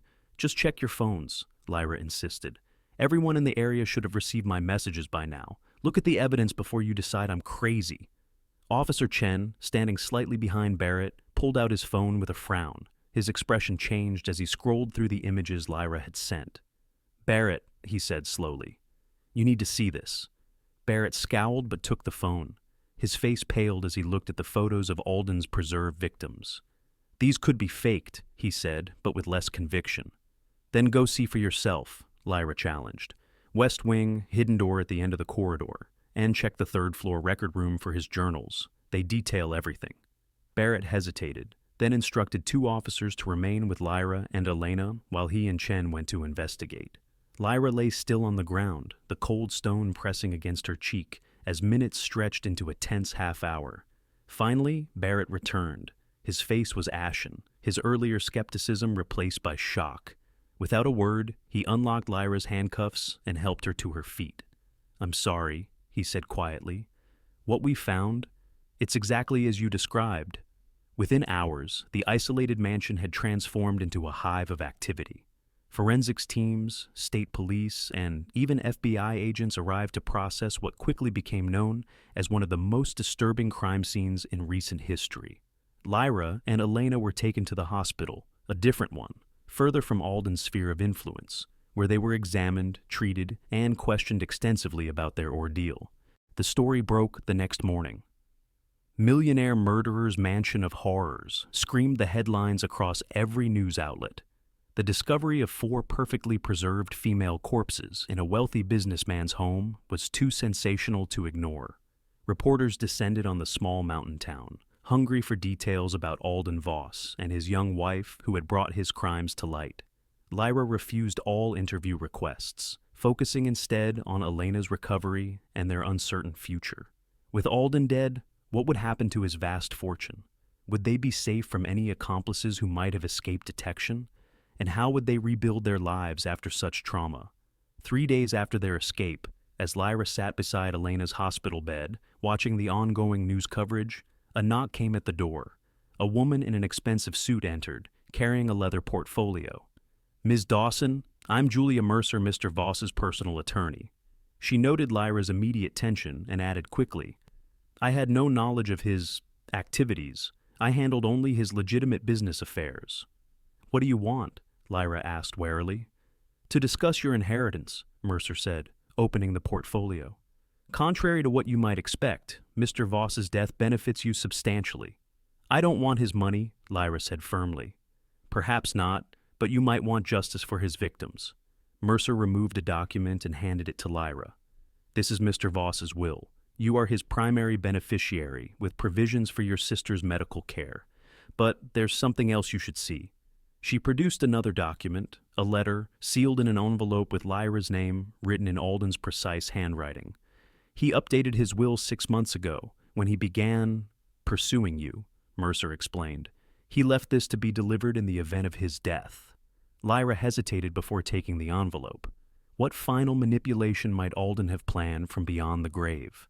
With trembling fingers, she opened it and began to read. "My dearest Lyra, if you are reading this, then you have succeeded where all others failed. You have ended my collection. Perhaps you have even ended me. I chose you because I saw in you a strength the others lacked, a resourcefulness, a determination. You would not be a passive addition to my gallery, but a worthy adversary, my masterpiece one way or another. By now, you will have discovered my true nature. You may call it madness, I call it devotion, to beauty, to perfection, to the preservation of what must otherwise fade. You have earned your freedom, and with it, my fortune. Use it as you will, but know this. You are not the first to discover my work, merely the first to escape it. Others have suspected, investigated, even come close to exposing me. They found silence more profitable than justice. The names are in my private safe. The combination is the date we met. The day I first saw you at the diner and recognized my final subject. Celine deserved better than to be forgotten. They all did. Perhaps you will succeed where the others failed and bring them the justice I denied them. Until we meet again, in whatever darkness awaits. Alden Voss." Lyra let the letter fall to her lap, a chill running through her despite the warm hospital room. Even in death, Alden was playing games, dangling information just out of reach, implying that others had known of his crimes and been silenced or bought off. "What does he mean?" she asked Mercer. "Who else knew?" The attorney shook her head. "I don't know. As I said, I handled only his legitimate affairs. But if what he implies is true, there may be people in positions of power who protected him." That possibility kept Lyra awake that night, long after Elena had fallen asleep in the adjacent hospital bed. If Alden had accomplices or protectors still out there, were they truly safe? Or would those same people now target her to keep Alden's secrets buried? The next morning, Lyra made a decision. She contacted Officer Chen, the younger policeman who had shown more willingness to believe her story from the beginning. "I need to go back to the mansion," she told him. "There's information in Alden's safe that could implicate others who knew about his crimes." Chen was reluctant. "The entire property is a crime scene. The FBI has taken over the investigation." "Then get me permission from the FBI," Lyra insisted. "This is important." Hours later, accompanied by Chen and an FBI agent named Rivera, Lyra returned to the mansion. The sight of the imposing Victorian structure made her stomach churn, but she forced herself to walk through those doors one more time. Alden's study remained largely as she remembered it, though evidence markers dotted various surfaces where investigators had been working. The safe was hidden behind a false panel in the bookcase, which Rivera slid aside. "You know the combination?" he asked. Lyra nodded, stepping forward. The date they'd met, the day Alden had come to the diner and observed her, already planning her fate. She entered the numbers with steady fingers. The safe opened with a soft click, revealing stacks of cash, jewelry boxes, and several folders. Lyra ignored the valuables, reaching for the folders instead. Inside the first one, she found what Alden had promised: names.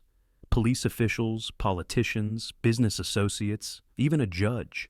Each had a detailed file documenting how they had discovered or suspected Alden's activities and been silenced through bribes, blackmail, or threats. "My God," Rivera muttered as he reviewed the files. "This goes back decades. Some of these people are still in office." "He was protected," Lyra said quietly.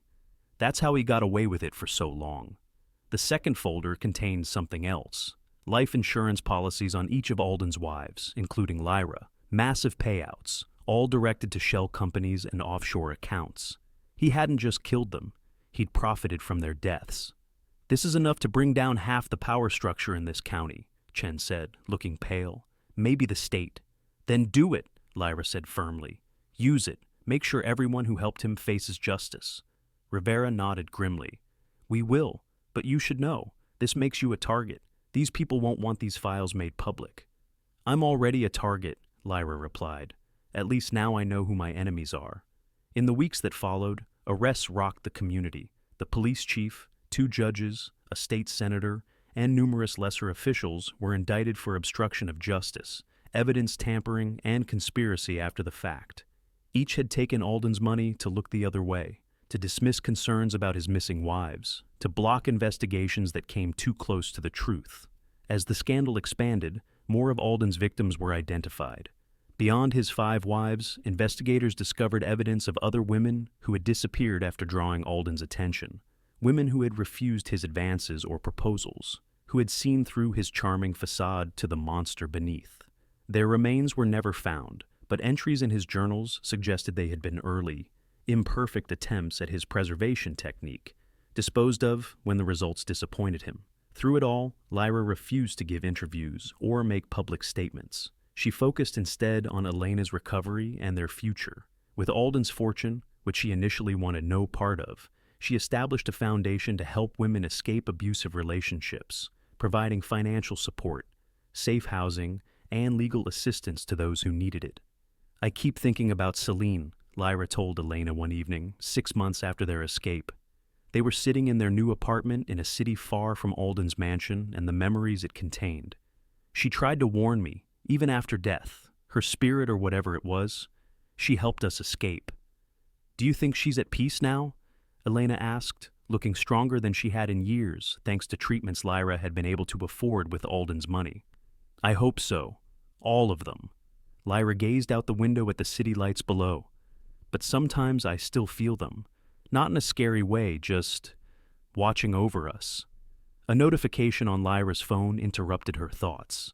A news alert about another arrest in the ongoing investigation into Alden's accomplices. The net was closing, justice slowly being served. But something else had arrived as well. An envelope, forwarded from their lawyer's office. No return address, no postmark, as if it had been hand-delivered. Lyra opened it cautiously. Inside was a single sheet of expensive stationery, bearing a typed message: "He had one more. You missed her. The collection isn't complete yet." Her blood ran cold. Another victim? Someone they hadn't found? Or was this a threat? A suggestion that Alden's work would continue, with Lyra still the intended final piece. She showed the note to the FBI the next day. Rivera took it seriously, ordering increased security for Lyra and Elena while they investigated. "It could be a hoax," he said. "Someone trying to frighten you. We've had several copycat threats since this case went public." "And if it's not?" Lyra asked. "If there's another victim out there we haven't found, then we'll find her," Rivera promised. "We've been through every inch of that property, every record in his possession. If there's more to discover, we will." But the feeling of being watched, of unfinished business, lingered. Lyra found herself jumping at shadows, checking locks repeatedly, sleeping only in fitful bursts. The case that had seemed closed was opening again, fracturing her sense of security. 3 days after receiving the anonymous note, Lyra woke at dawn to find a business card on her nightstand that hadn't been there when she'd gone to sleep. It bore a name she recognized from Alden's files, a business associate who had been investigated but not charged due to lack of evidence. Jonathan Mercer, Julia Mercer's husband. Alden's personal attorney had been married to one of his confidants. Lyra called Rivera immediately. Within hours, a search warrant was executed at the Mercer residence.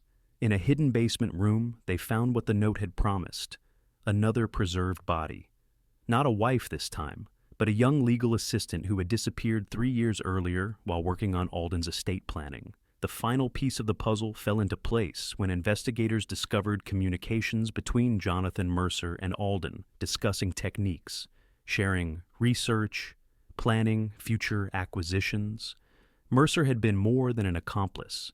He had been a student, learning Alden's methods with the intention of continuing his work, and he had selected his next subject, Lyra.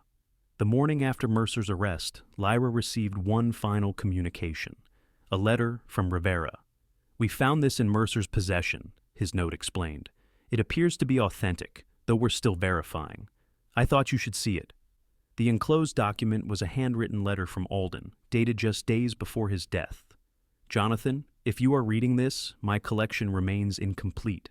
Lyra has proven more resourceful than anticipated, a quality I admire even as it frustrates my plans. Should I fail to complete my work, I entrust it to you. You alone have shown true understanding of my vision. The others were merely pawns, useful for their protection, but lacking the artist's eye we share. Lyra must be the final piece, the culmination of everything we've worked toward. Perfect her as I would have. Place her where she belongs, at the center of the collection. My legacy is in your hands now."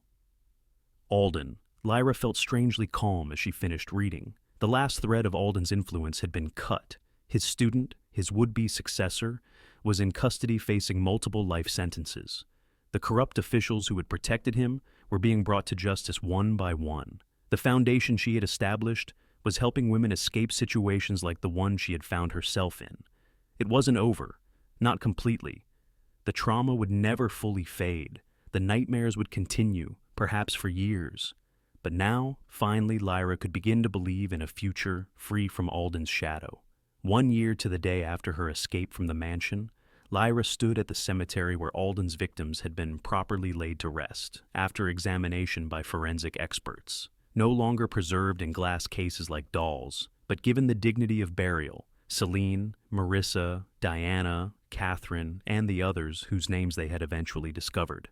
Elena waited in the car, giving Lyra privacy for this moment. She placed a single white rose on each grave, pausing at Celine's last. "Thank you," she whispered, "for helping us, for not letting him win." A gentle breeze stirred the flowers, carrying with it the faintest scent of the perfume she had smelled in Celine's room that night, the ghostly warning that had saved her life. As Lyra turned to leave, a notification appeared on her phone. Another news alert. Final associate in Voss murder ring, sentenced to life without parole. The last domino had fallen. It was really over. But as she walked back to the car where Elena waited, Lyra couldn't shake the feeling of being watched. Not by Alden or his associates this time, but by the women whose suffering had preceded her own. Their spirits lingering not to haunt, but to witness justice finally being served. At the cemetery gate, Lyra paused and looked back at the row of graves, now distant but visible on the hillside. "Rest now," she said softly. "It's finished." As if in response, the breeze picked up again, scattering petals from the roses she had placed. For a moment, Lyra thought she saw ghostly figures standing among the gravestones, women in white, their faces peaceful at last. Then they were gone, fading like mist in morning sunlight. The burden of their unfinished business lifted at last. Lyra got into the car beside Elena, who squeezed her hand in silent understanding. Ready to go home? Elena asked. Lyra nodded, looking ahead through the windshield at the open road before them. Yes, I'm ready. As they drove away, Lyra felt lighter than she had in months. The dead were at peace. The guilty were punished. The future, once so dark and uncertain, now stretched before her with possibilities. She had entered Alden's world as a desperate young woman with no options, become the target of his obsession, and emerged as something he could never have anticipated, a survivor who had brought his entire empire of secrets crashing down. That night, back in their apartment, Lyra received one final delivery, a package containing the personal effects of Alden's victims that had been held as evidence until now. Among them was Celine's diary, the pages now carefully preserved by forensic specialists. Lyra opened it to the final entry, the one she had read that night in the mansion. But now, below Celine's last written words, she noticed something she had missed before, a faint postscript, barely visible. To whoever finds this, you are stronger than you know. Don't let him win. Celine had written those words 25 years ago, a message in a bottle cast into darkness, hoping it would someday reach someone who could end Alden's reign of terror, and against all odds, it had. Lyra closed the diary and placed it on her bookshelf, not to dwell on the past, but to remember the strength that had seen her through. Alden had chosen her believing she would be his masterpiece, preserved forever in his macabre collection. Instead, she had become something far more powerful, the woman who brought truth to light and justice to those long silenced. As she turned out the light and prepared for sleep, peaceful sleep, for the first time in many months, Lyra whispered a final goodbye to the ghosts that had guided her journey. Thank you. Rest now. It's over. And somewhere, beyond the veil between worlds, 4 women finally found the peace that had been denied them in life.